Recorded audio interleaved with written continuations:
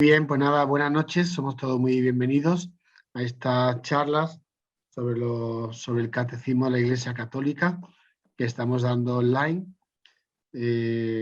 a través de los sacerdotes aquí del Arciprestazgo Marbella Estepona. También estaban participando algunas personas que han hecho la Escuela de Teología de nuestro Arciprestazgo. Como siempre, empezamos con un canto invocando al Espíritu Santo para que el Espíritu Santo sea nuestra guía en nuestros pensamientos, en nuestras palabras, en todo lo que hacemos. El Espíritu Santo que guía a la Iglesia pues con tanta fuerza, con tanta finura, que nos une a todos para alabar y bendecir a Dios nuestro Señor. Ven Espíritu, ven y lléname, Señor, con tu preciosa unción. Ven Espíritu, ven y lléname, Señor, con tu preciosa unción. Purifícame, lávame, renuévame, restáurame, Señor, con tu poder. Purifícame, lávame, renuévame, restáurame, Señor, te quiero conocer. Pues buenas noches a todos. Vamos a empezar la séptima charla que estamos teniendo en este cursillo online de nuestro arciprestazgo. El ponente es el padre José Antonio Melgar, el párroco de Manilva, Casares, Sabinillas, que previamente estuvo en Coín, en la parroquia de San Sebastián, en Monda y Guaro también, creo. Y eso es. Y entonces hoy nos va a hablar de los sacramentos de la iniciación cristiana.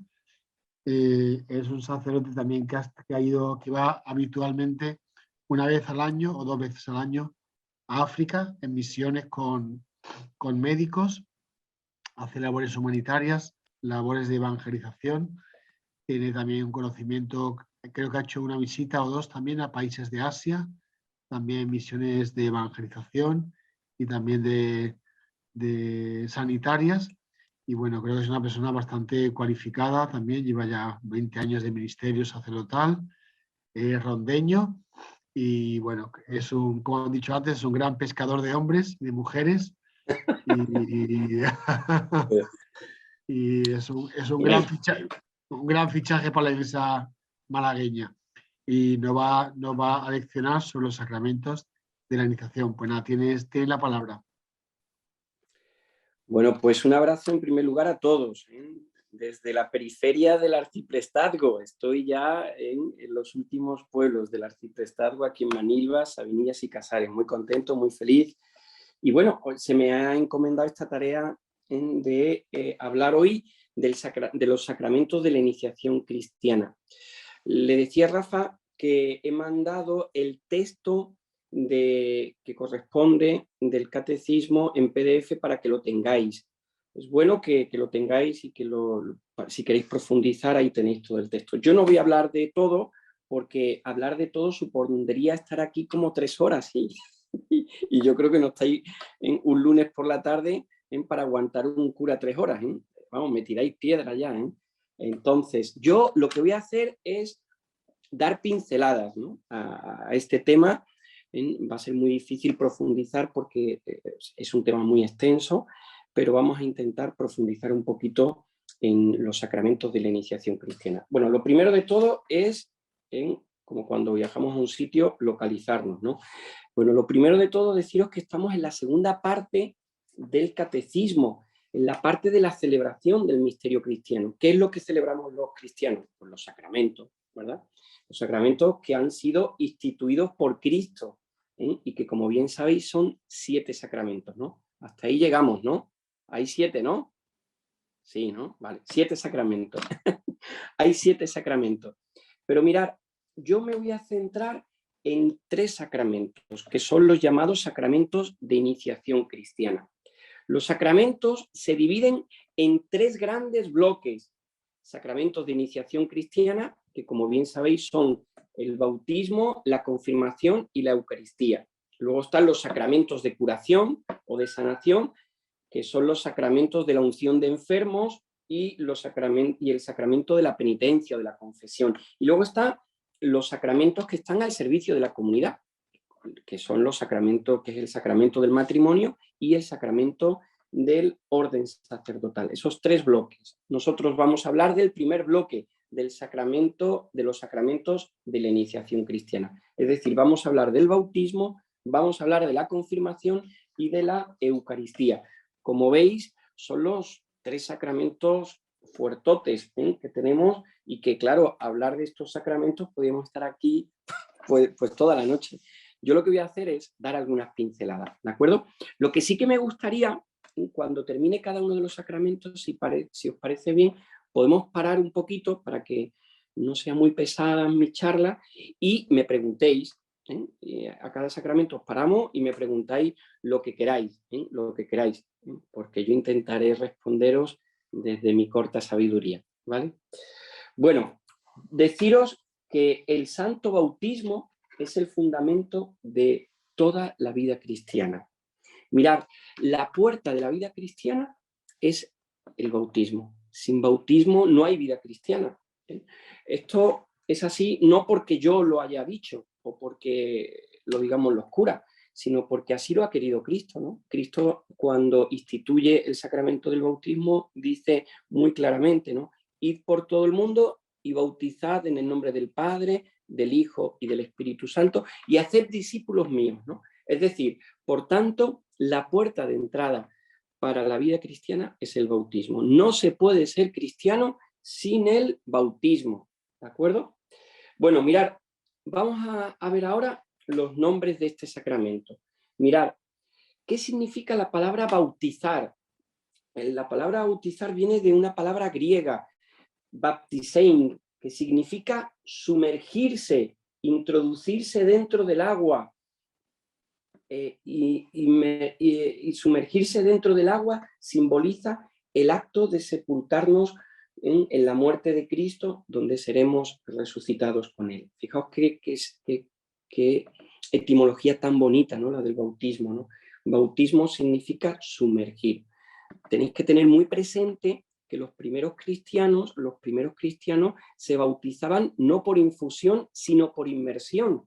Quiere decir que este nombre, el nombre de bautismo, era el nombre que se utilizaba para denominar este sacramento al comienzo por tanto, de nuestra fe, ¿no? El sacramento es llamado también baño de regeneración y de renovación de Espíritu Santo. También al sacramento del bautismo se le llama iluminación, porque quienes reciben la enseñanza de Cristo son iluminados. Esa denominación viene de San Justino. Y el bautismo, también decía San Gregorio, es el más bello y magnífico de los dones de Dios. ¿Veis? Distintos nombres para significar el bautismo. Bueno, mirad, el bautismo en la economía de la salvación. Ya el bautismo aparece veladamente en el Antiguo Testamento. Los grandes acontecimientos de la historia de la salvación prefiguran ya el misterio del bautismo. De hecho, en el primer libro de la Biblia, que como bien sabéis es el Génesis, ahora que habéis aprendido tanto de este curso, ¿no? Ya se habla del origen del mundo, ¿no? Y del agua, ¿no? Ahí ya hay una prefiguración del bautismo, ¿no? También en el Antiguo Testamento se habla del arca de Noé, una prefiguración de la salvación del bautismo. El bautismo no es en definitiva sino la salvación por la cual nosotros recibimos la liberación del pecado. Y bueno, pues un acontecimiento del Antiguo Testamento que está muy vinculado al bautismo es el paso del Mar Rojo. Verdadera liberación de Israel de la esclavitud de Egipto es lo que anuncia también la liberación obrada por el bautismo. Bueno, vamos a ver algo muy importante. Fijaos que el bautismo es un sacramento que incluso el mismo Jesucristo quiso ser bautizado por Juan el Bautista. en el río Jordán. Esto aparece en distintos pasajes de los evangelios, en Mateo capítulo 3, ¿no? Es decir, Cristo quiso recibir ese bautismo para darnos ejemplo. El bautismo de Juan no es el bautismo de Jesús, es un bautismo de conversión. El bautismo de Jesús es un bautismo de Espíritu Santo, de liberación. Por tanto, Jesús quiso comenzar su vida pública precisamente con el bautismo. De hecho, Jesús comienza la vida pública con el bautismo. Deciros también que cuando Jesús resucita, instituye plenamente el bautismo. Cuando confiere la misión a sus apóstoles y les dice, id pues y hacer discípulos a todas las gentes, bautizándolos en el nombre del Padre, del Hijo y del Espíritu Santo, y enseñándoles a guardar todo lo que yo os he mandado. Esta es la institución propiamente dicha del bautismo. Es decir, el bautismo no es, como he dicho anteriormente, un invento nuestro, sino que claramente atestiguado en los evangelios que está instituido por el mismo Jesucristo. Mirad, desde el día de Pentecostés, la Iglesia ha celebrado y ha administrado el bautismo. San Pedro, en los Hechos de los Apóstoles, se dice él, convertíos y que cada uno de vosotros se haga bautizar en el nombre de Jesucristo para remisión de vuestros pecados y recibiréis el don del Espíritu Santo. De hecho, según el apóstol San Pablo, por el bautismo el creyente participa en la muerte de Cristo, es sepultado y resucita con él. Estoy haciendo todo este fundamento bíblico del bautismo para que nos demos cuenta de que el bautismo realmente tiene un fundamento primero cristológico y bíblico, ¿no? Y luego, bueno, desde el comienzo de la comunidad cristiana, de los primeros discípulos de Jesús, el bautismo estaba muy, muy, muy presente. ¿De acuerdo? Venga, seguimos. Mirar, al principio, desde los tiempos apostólicos, para llegar a ser cristiano, se seguía un camino, lo que se denominaba como el camino de la iniciación cristiana o el camino del catecumenado. Al principio de la fe cristiana no era como nosotros hacemos ahora, ¿no? Que cuando tenemos un niño, pues lo llevamos a bautizar, ¿no? No. ¿Qué se hacía en la época apostólica? El que quería ser cristiano y recibir el bautismo tenía que introducirse en lo que nosotros llamamos un proceso catecumenal, en un camino de iniciación cristiana. Ese camino tenía distintas etapas. Primero había que escuchar la palabra, había que acoger el evangelio, había que hacer un propósito firme de conversión, había que hacer la profesión de fe, después se recibía el bautismo y se recibía la confirmación y luego se hacía o se entraba en comunión eucarística. Es lo que desde tiempos apostólicos nosotros denominamos como la iniciación cristiana. Que este proceso ahora, con la descristianización de nuestra parroquia y de nuestra sociedad, se está haciendo. ¿Sí? Ahora muchos de los que vienen a pedirnos el bautismo no son niños, ¿no? Son ya adultos, ¿no? Y por eso a los adultos los introducimos en este proceso catecumenal, que es un proceso maravilloso, ¿no? En el que poco a poco se van introduciendo en la vida cristiana. Bueno, en el bautismo de niños. ¿Qué pasa en el bautismo de niños? Pues en el bautismo de niños la forma habitual de este sacramento se convierte en un acto único. Y toda esa formación que los adultos se hace antes, pues con los niños se hace después. Es el catecumenado postbautismal. Luego nuestros niños se preparan en la catequesis para recibir la confirmación y para recibir la Eucaristía. ¿Vale? Bueno, esta es un poco la introducción al bautismo. Yo ahora voy a explicar también, porque así lo pone también en el Catecismo de la Iglesia Católica, lo que es la celebración de un bautismo. Seguramente habéis estado en muchísimas celebraciones y no hace falta que explique los distintos ritos, pero es muy interesante conocer los ritos del bautismo para comprender su simbología. Y si comprendemos su simbología, podremos entender perfectamente lo que significa. Bueno, lo primero de todo es traer al niño, o al niño o a la niña. Si no hay niño o niña, no podemos bautizar, ¿no? Bueno, lo primero es la acogida. La Iglesia como madre, fijaos qué cosa tan bonita, acoge al niño o a la niña o al adulto que va a ser bautizado. Luego se hacen unas preguntas a los padres, ¿no? y a los padrinos. Se pregunta por el nombre. ¿Qué nombre queréis para este niño, ¿no? Porque para un cristiano el nombre es muy importante, ¿eh? Luego se escucha la palabra de Dios. Luego se hace una invocación de los santos, ¿no? Se hace la unción de los catecúmenos. ¿Qué es la unción de los catecúmenos? Es una unción por la cual se unge el pechito al niño con el óleo de los catecúmenos, que es un aceite consagrado por el obispo y que simboliza la liberación del mal, y significa también pues esa realeza, ¿no? Del catecúmeno, del que va a ser bautizado, ¿no? Luego viene la bendición del agua. El elemento principal del bautismo es el agua.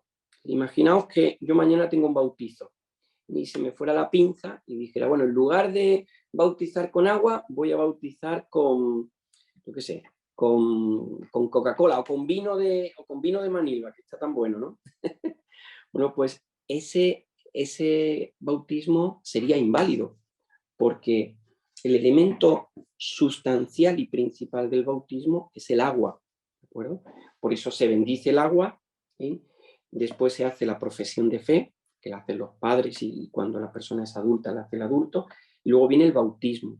El bautismo que puede ser de dos formas, ¿eh? Se puede hacer bautismo por inmersión, es decir, metiendo a la persona entera en el agua, ¿eh? Por eso sobre todo estos bautismos por inmersión se hacen en la Iglesia Ortodoxa, en Oriente, y también al principio de la era cristiana se hacía muchísimo. Por eso las iglesias paleocristianas tienen las pilas bautismales como una piscina, ¿no? Como piscinas, ¿no? Ahora que está muy de moda Putin, pues habréis visto a Putin cómo se mete, ¿no? Se mete para recordar el bautismo del Señor. Los ortodoxos recuerdan su bautismo haciendo también esa inmersión.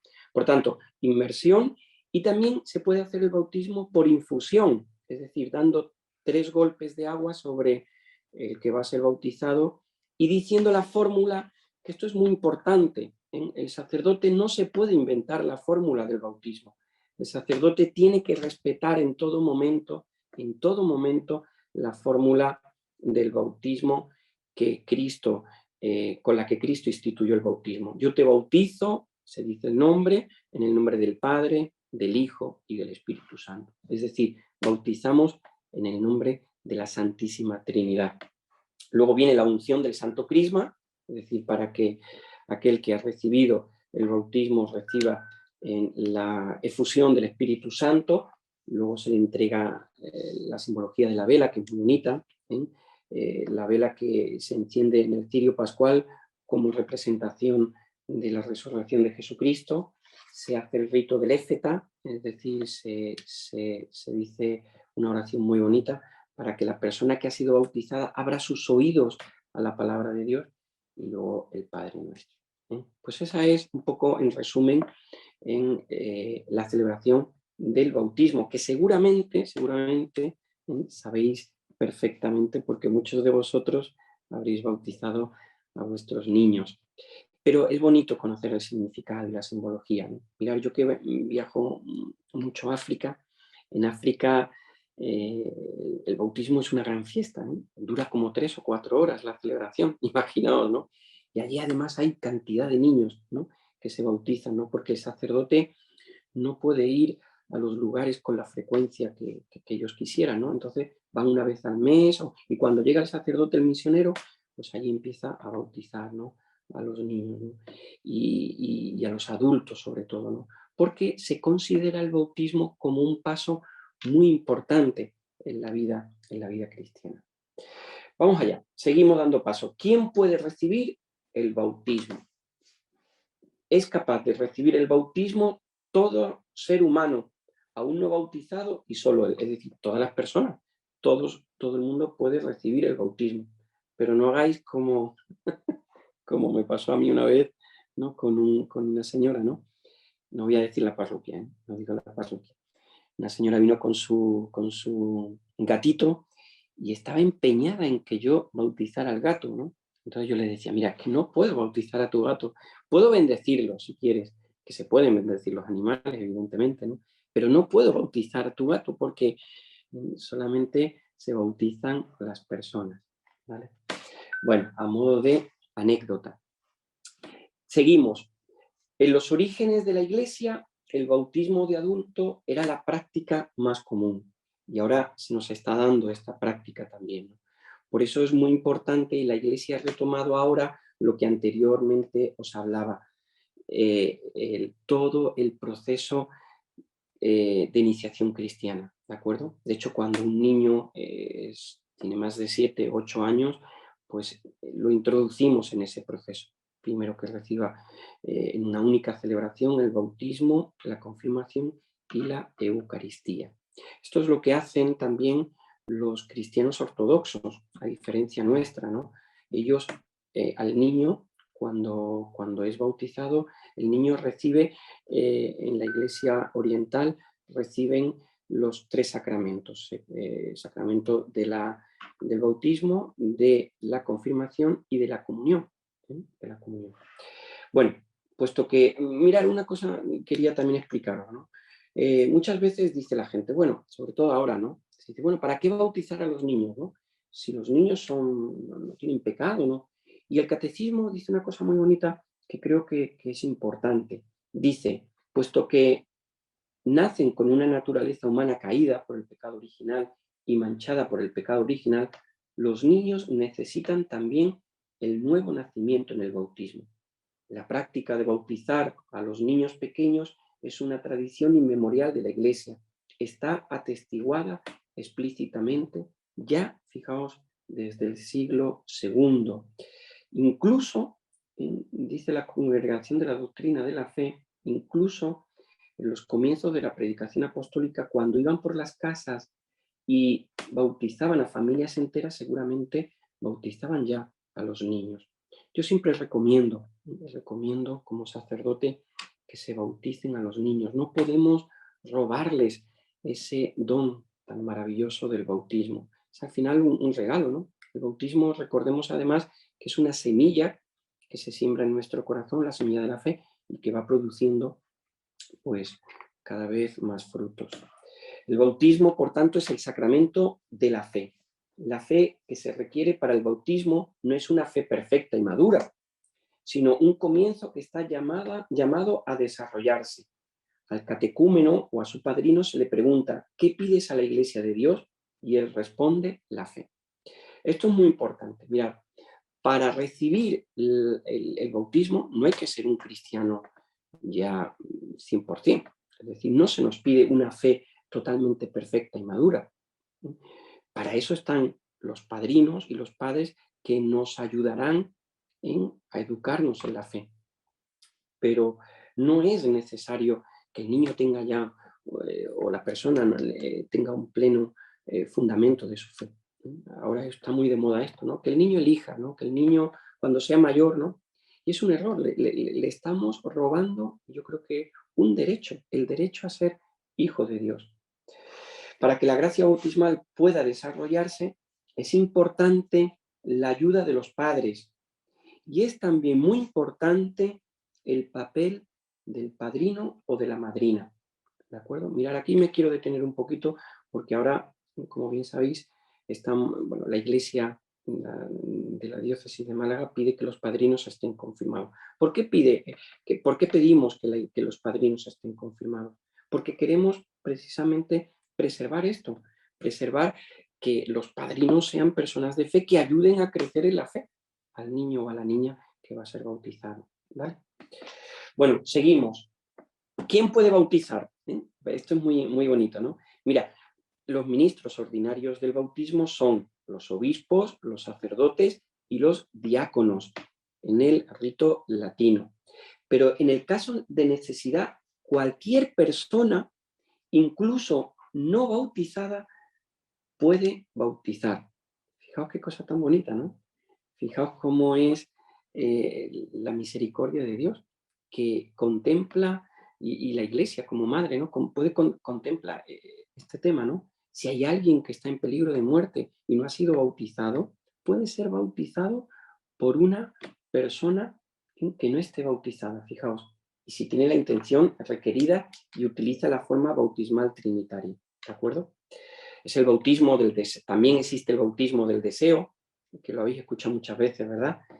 Imaginaos personas que se están preparando para el bautismo y mueren antes de su bautismo. El deseo explícito de recibir el bautismo, unido al arrepentimiento de sus pecados y a la caridad, le asegura la salvación que no han podido recibir por el sacramento. Es lo que nosotros llamamos el bautismo de deseo, ¿de acuerdo? Luego está el bautismo de sangre. ¿Qué es el bautismo de sangre? Mirad, desde siempre la Iglesia posee la firme convicción de que quienes padecen la muerte por razón de la fe, sin haber recibido el bautismo, son bautizados por su muerte con Cristo y por Cristo. Este bautismo de sangre, como el de deseo, produce los frutos del bautismo sin ser sacramento. Es lo que nosotros llamamos el bautismo de sangre y el bautismo de deseo. Bueno, ¿qué gracias nos transmite el bautismo o qué frutos recibimos por el sacramento del bautismo? Fijaos, bueno, yo lo voy a resumir brevemente. Bueno, primero deciros que gracias al bautismo somos hijos de Dios. A los niños le cantamos esa canción, ¿no? Por el bautismo soy hijo de Dios, ¿no? Nada más y nada menos que el bautismo nos incorpora a la filiación divina. O sea, solamente por eso habría que bautizar a los niños el primer día de su nacimiento. Es decir, nos hace ser hijos de Dios en Jesucristo. En segundo lugar, se nos perdona el pecado original, y se nos incorpora a la gran familia de Dios, a la Iglesia. Se nos incorpora como cristianos de pleno derecho. Una vez que hemos sido bautizados ya tenemos pleno derecho a recibir los demás sacramentos, a vivir nuestra vida dentro de la Iglesia con total plenitud. ¿De acuerdo? Mirad, la Santísima Trinidad, quiero detenerme un poquito en esto, en la gracia santificante que da porque es muy, muy importante el bautismo. Mirad, la Santísima Trinidad da al bautizado la gracia santificante, es decir, gracias al bautismo podemos alcanzar la santidad, y la gracia de la justificación, que le hace capaz de creer en Dios, de esperar en Él y de amarlo mediante las virtudes teologales. Fijaos qué cosa tan bonita, ¿no? Es decir, el bautismo activa en nosotros las virtudes teologales, la fe, la esperanza y la caridad. Nos concede poder vivir y obrar bajo la moción del Espíritu Santo, mediante los dones del Espíritu Santo. Es decir, qué cosa tan bonita, ¿no? Gracias al bautismo, nosotros también nos movemos, o nuestra vida ya está en sintonía con las mociones del Espíritu Santo. Y también nos permite crecer en el bien mediante las virtudes morales. Pensáis que hay unas virtudes morales, la honestidad, la justicia. Bueno, pues gracias al bautismo, esas virtudes morales también se desarrollan. Así, todo el organismo de la vida sobrenatural, nosotros tenemos una vida natural y tenemos la vida sobrenatural. Bueno, pues la raíz de nuestra vida sobrenatural es el bautismo. Y gracias al bautismo nosotros formamos parte plenamente del cuerpo de Cristo. Quería terminar ya en este tema del bautismo. El bautismo, sello espiritual indeleble, es decir, el bautismo solamente se recibe una vez en la vida. No podéis hacer como mucha gente ha venido a mí. No, mira, padre, que quiero volver a bautizarme, porque no. Solamente recibimos el bautismo una vez en la vida. Recibimos el sello espiritual indeleble que nos marca como pertenencia de Cristo. Qué cosa tan bonita, ¿no? Es decir, desde el momento de nuestro bautismo, nosotros pertenecemos a Cristo. Ya no somos propiedad de nadie, del mal o del demonio, de la oscuridad, somos pertenencia de Cristo, ¿no?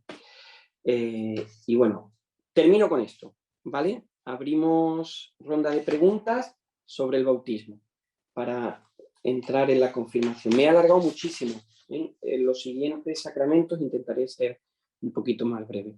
¿Hay alguna pregunta? José, una pregunta. Sí. ¿Por qué hay algunos sacerdotes en el rito del bautismo, ¿vale? Hace la vestidura blanca y otros no? Eso es el por qué. Sí, bueno, la vestidura blanca es símbolo de pureza, ¿no? Es símbolo de pureza. Ahí en el ritual, en el ritual aparece la oración de la vestidura blanca, ¿no? Es un rito que forma parte del bautismo, ¿no? Esta vestidura blanca, dice más o menos la oración, es símbolo de, pues, de la pureza que has recibido por medio del bautismo. De hecho, esta imposición de la vestidura blanca se hace después del bautismo.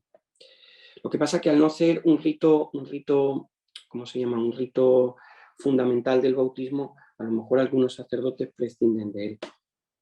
Yo lo mantengo porque creo que es muy importante. Es verdad que no lo he nombrado, creo que no lo he nombrado. He ido muy rápido en los ritos y no he dicho lo de la posesión de la vestidura blanca. Ha habido otra pregunta que me han hecho por ahí, pero no sé dónde. ¿Y el bautismo por cualquier cristiano? A ver, un momentito. Sí, no me ha quedado claro lo del bautismo de sangre.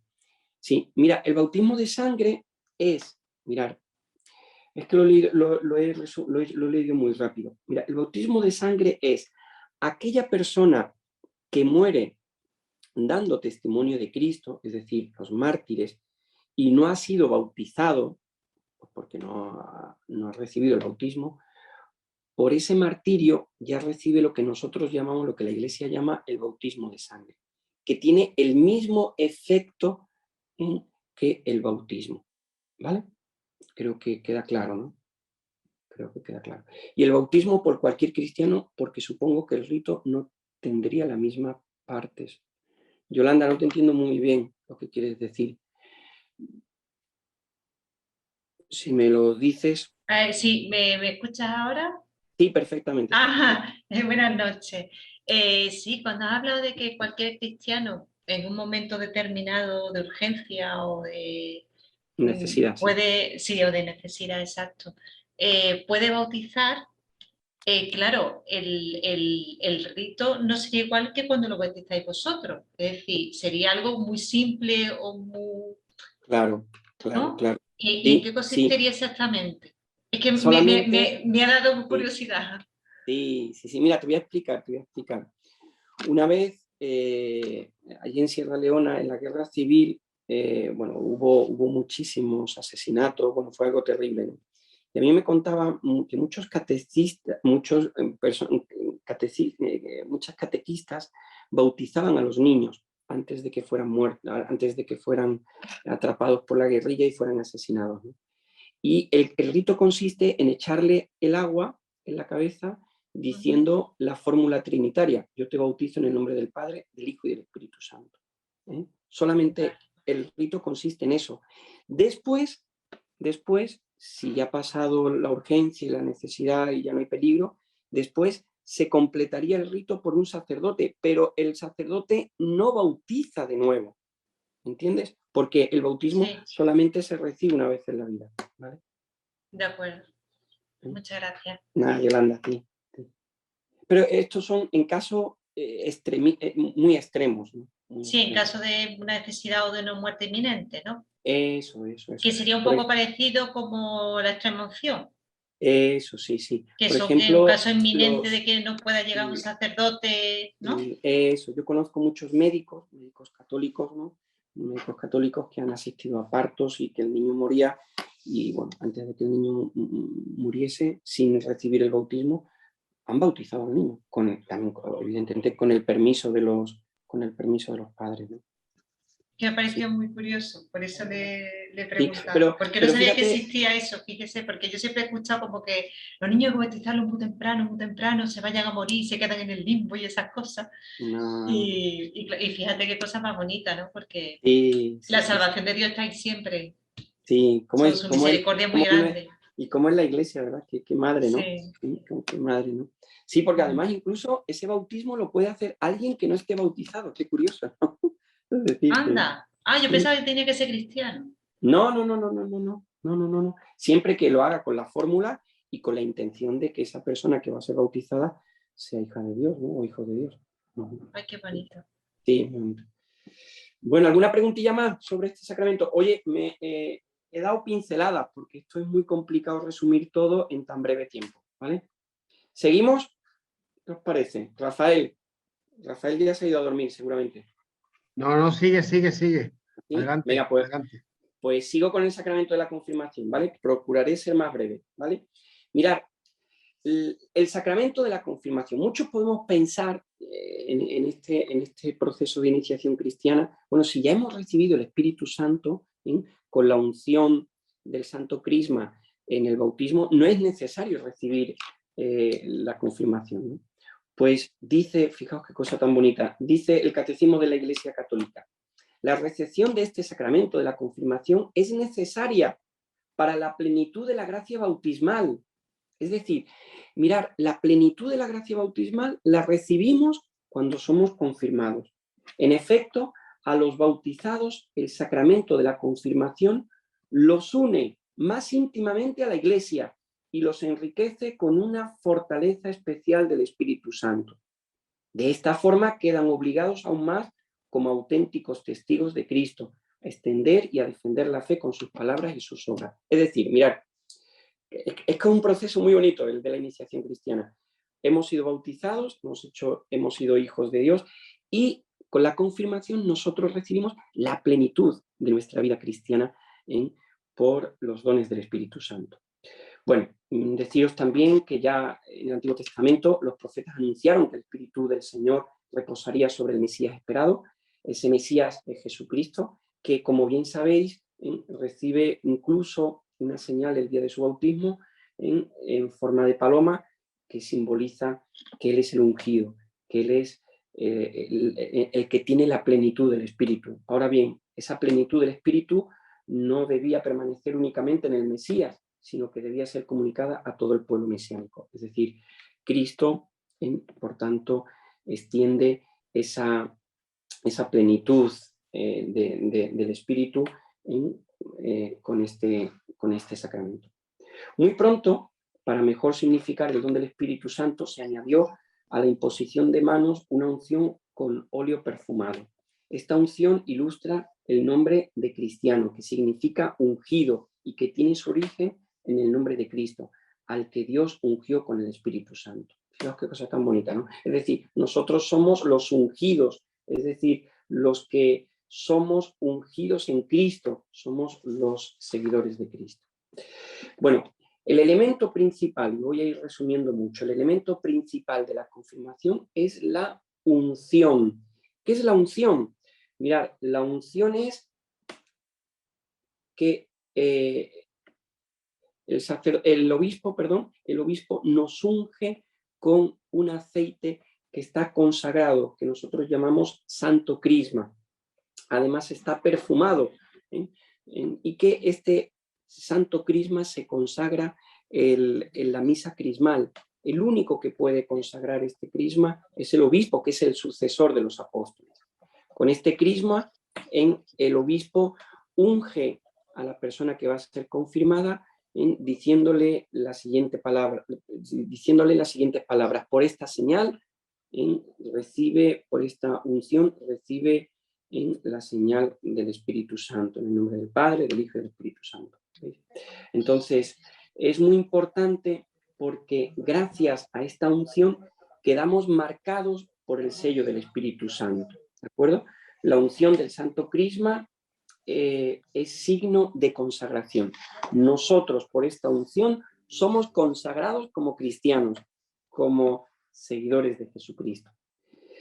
Mirad, cuando la confirmación se celebra separadamente del bautismo, como es en el caso del rito romano, en la liturgia tiene unos pasos. Si queréis, yo os lo explico, aunque habéis estado casi todos en algún sacramento de la confirmación.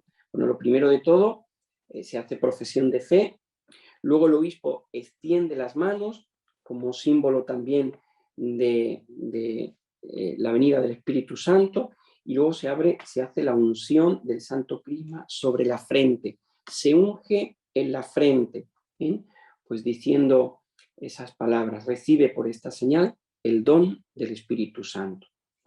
¿Qué es lo que la confirmación nos aporta? Primero nos introduce más profundamente en la filiación divina, que nos hace decir Abba, Padre. Es decir, la confirmación no es que nos haga más hijos de Dios, ya somos hijos de Dios por el bautismo, pero nos profundiza en esta realidad, en esta vivencia de la filiación divina. Nos une más a Cristo, porque nos hace ser nada más y nada menos que testigos de Cristo, ¿no?, en el mundo. Aumenta en nosotros los dones del Espíritu Santo. Nos hace más perfecto nuestro vínculo con la Iglesia. Si ya el bautismo nos incorporaba a nuestra madre la Iglesia, la confirmación nos vincula mucho más, porque nos hace ser miembros activos de la Iglesia, ¿no? Y nos concede una fuerza especial del Espíritu Santo para difundir y defender la fe mediante la palabra y las obras como verdaderos testigos de Cristo, para confesar valientemente el nombre de Cristo y para no sentir jamás vergüenza de la cruz. Es lo que los sacerdotes antiguos llamaban: ya eres soldado de Cristo. Un soldado es alguien valiente, ¿no? Alguien que va a la guerra con valentía, ¿no? Alguien que va a la lucha con valentía. Bueno, pues yo me acuerdo, no sé si conocisteis a don Antonio Gamboa, un sacerdote santo de Ronda, cuando nos confirmaba, nos decía: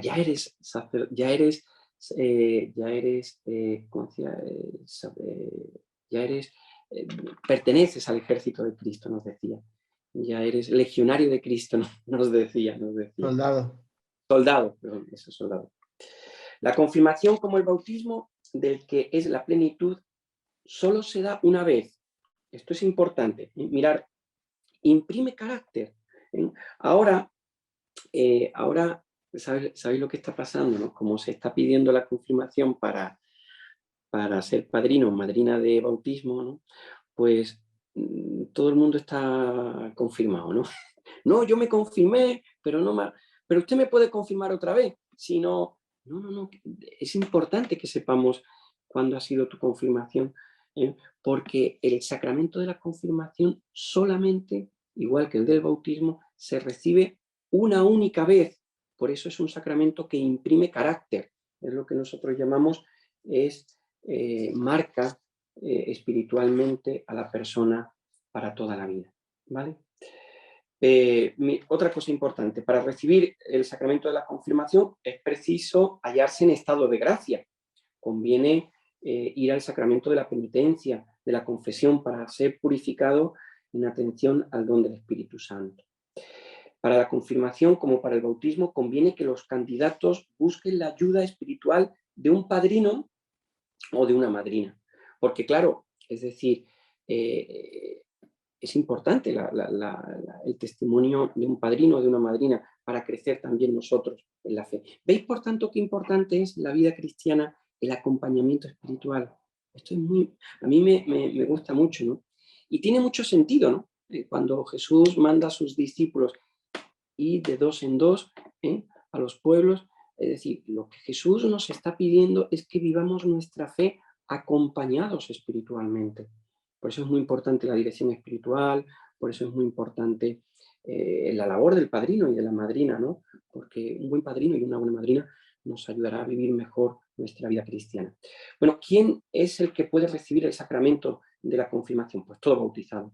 Toda persona que ha sido bautizado puede recibir el sacramento de la confirmación. Por eso, cuando hacemos las confirmaciones, se pide la nota de bautismo, porque además se hace una comunicación también para que quede inscrito en el libro. ¿Y quién es el ministro de la confirmación? El ministro de la confirmación no es el arcipreste, que está aquí presente y que va a confirmar a muchos lugares. Es el obispo, son los obispos, los ministros de la confirmación son los obispos, porque son los sucesores de los apóstoles a quienes se les encomienda la tarea de confirmar en la fe al pueblo de Dios. Lo que pasa es que los obispos no pueden estar en todos los lugares. Si don Jesús tuviera que estar en todas las confirmaciones sería imposible con lo extensa que es nuestra diócesis. Entonces, ¿qué hace? Delega en los sacerdotes, en algunos sacerdotes que además él nombra explícitamente para esa misión. Rafael, por ejemplo, tiene esa delegación del obispo por ser el arcipreste. Yo en tierras de misión sí que he confirmado, ¿no? Porque, bueno, es impresionante. Allí un sacerdote, mira, para que os hagáis una idea, donde yo voy, allí a Sierra Leona es casi como Andalucía, ¿no? Y yo voy a una zona que es como toda Málaga, ¿no? Toda la provincia de Málaga. Y allí en toda la provincia de Málaga, imaginaos, ¿no? Hay solamente 4 sacerdotes. Imaginaos, ¿no? Los pobres tienen que estar de un lugar a otro con los caminos, ¿no? Y una vez acompañé a un misionero a confirmarlo. Y había como, os cuento, ¿no? Había como casi 600 personas que se confirmaban, ¿no? Empezamos a las 10 de la mañana y terminamos casi a las 3 de la tarde allí confirmando. Aquello era una pasada, ¿no? Pero bueno, con el espíritu africano cantando, bailando, bueno, la verdad que es una pasada cómo viven también su fe. También, si un cristiano está en peligro de muerte, cualquier presbítero puede darle la confirmación, pero no puede recibir la confirmación de un seglar, ¿de acuerdo? A diferencia del bautismo. Pues ya hemos terminado el otro sacramento de iniciación cristiana, que es la confirmación. Abrimos la ronda de preguntas, por si hay alguna preguntilla. Venga, si tenéis alguna duda, seguro que en este tema Rafael me puede ayudar más. No hay ninguna pregunta, ¿no? ¿Rafa? Parece que no hay preguntas. Yo creo que es mejor que sigas porque... Seguimos, venga, seguimos y ya termino con el sacramento de la Eucaristía y al final si queréis preguntar algo, pues ya me decís, ¿vale? Y por último, el sacramento de la Eucaristía. Por tanto, 3 sacramentos de iniciación cristiana. Bautismo, confirmación y Eucaristía.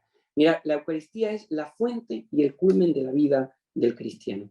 La Sagrada Eucaristía culmina la iniciación cristiana. Es decir, para que haya una completa iniciación cristiana, el bautizado tiene que participar de la Eucaristía.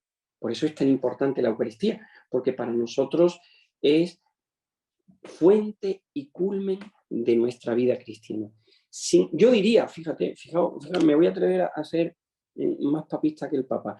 Yo diría que sin Eucaristía no hay vida cristiana. Por eso es tan importante la Eucaristía.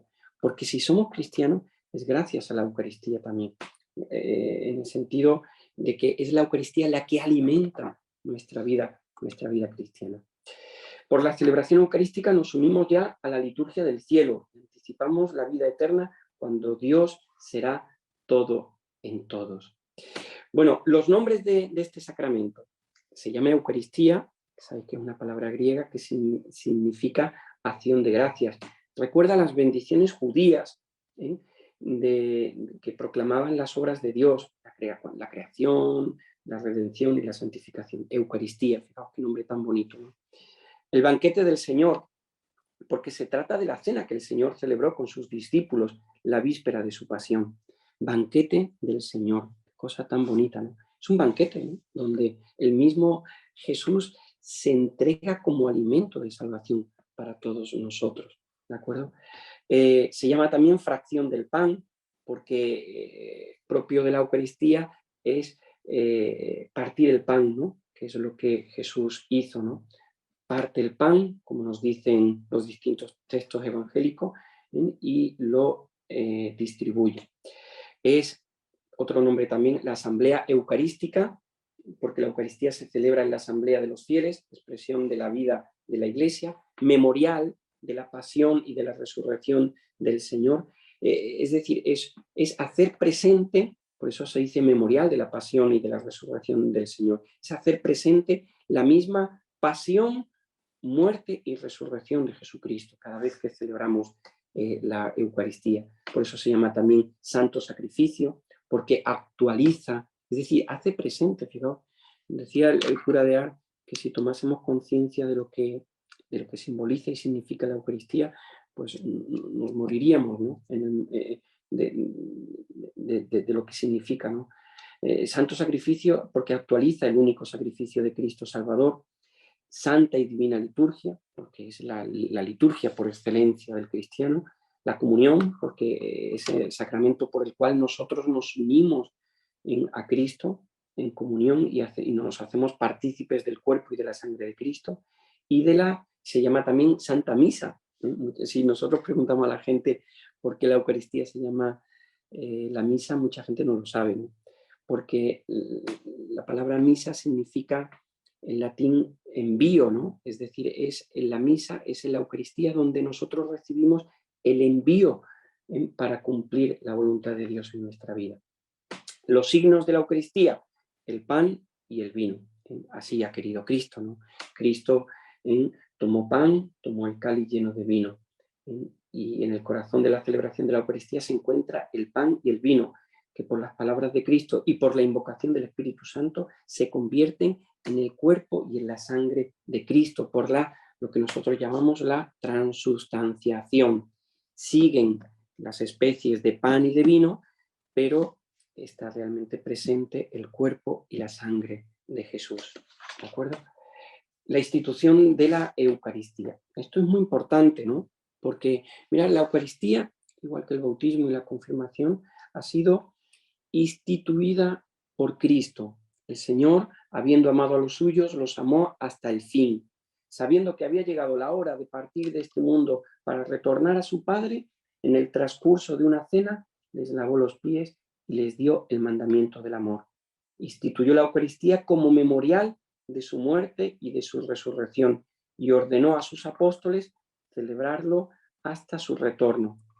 En los tres evangelios sinópticos y en San Pablo se relata el relato de la institución de la Eucaristía. Fijaos qué importante es la institución de la Eucaristía. Es decir, Cristo ha querido dejar su memorial, el memorial de su pasión y muerte, y para que nosotros podamos celebrar la Eucaristía cada día. Jesús escogió el tiempo de la Pascua para realizar lo que había anunciado en Cafarnaún, dar a sus discípulos su cuerpo y su sangre. Haced esto en memoria mía.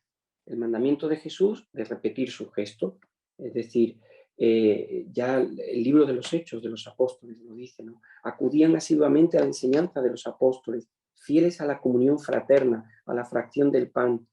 Era sobre todo el primer día de la semana, dice los Hechos de los Apóstoles, es decir, el domingo, el día de la resurrección de Jesús, cuando los cristianos se reunían para partir el pan. Es decir, que Jesús ha querido que la institución de la Eucaristía se prolongase a lo largo de toda la historia.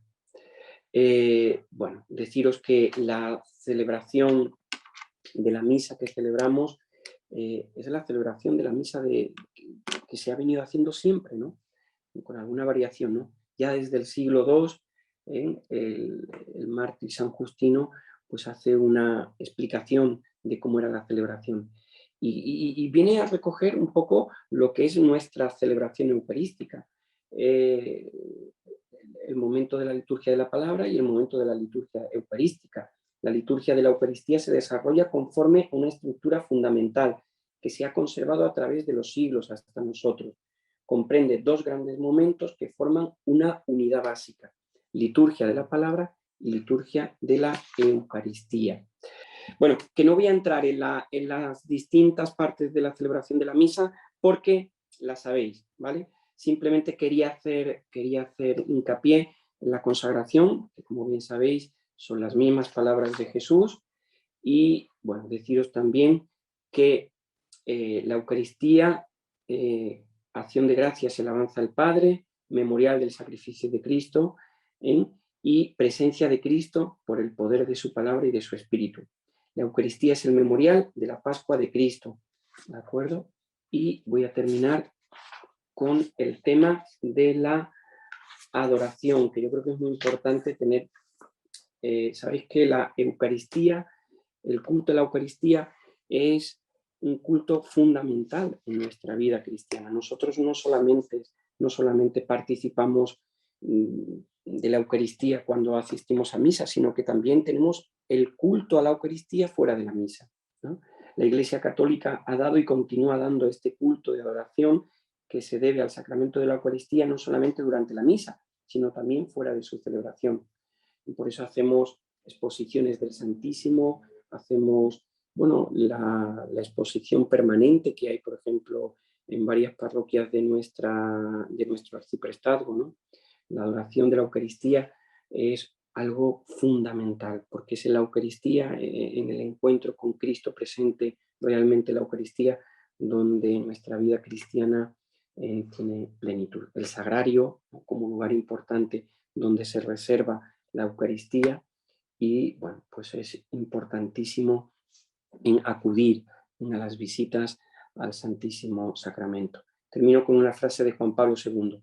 La Iglesia y el mundo tienen una gran necesidad del culto eucarístico. Jesús nos espera en este sacramento del amor. Pues muchísimas gracias por escucharme, por tener tanta paciencia conmigo y por estar un lunes, pues formándose en la fe cristiana. ¿Alguna preguntilla, alguna duda, alguna cosa? Estoy a vuestra entera disposición. No solamente para contestaros de estos temas que hemos hablado, sino si queréis saber algo sobre mi vida sacerdotal o sobre lo que queráis. Estoy a vuestra disposición.